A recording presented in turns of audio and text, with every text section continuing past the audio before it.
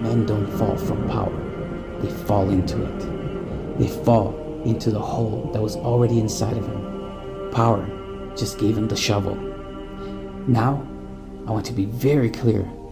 The danger is not power itself, because power is neutral. It's a tool, a force, an amplifier. The danger is who holds it and what part of them is in control. This is where most men fail. They think because they have intelligence or charisma or a noble mission that they are ready for power. But they've never been purified. They've never met their shadows. And they've never crucified their ego. So when they rise, it's not their higher self that takes the throne. It's their shadow. The part that wants the applause, not accountability. And the part that wants to be God, but without the sacrifice.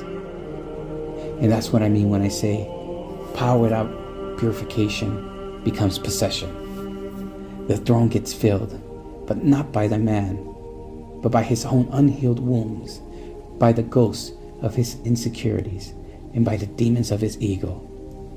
And once the shadow is enthroned, it wears the man like a mask. He looks the same, he talks the same, but something's changed. He no longer listens. He no longer bleeds, sacrifices. He no longer kneels. He becomes untouchable and eventually unbearable. Now you might be thinking, but I wouldn't be like that. I use power for good.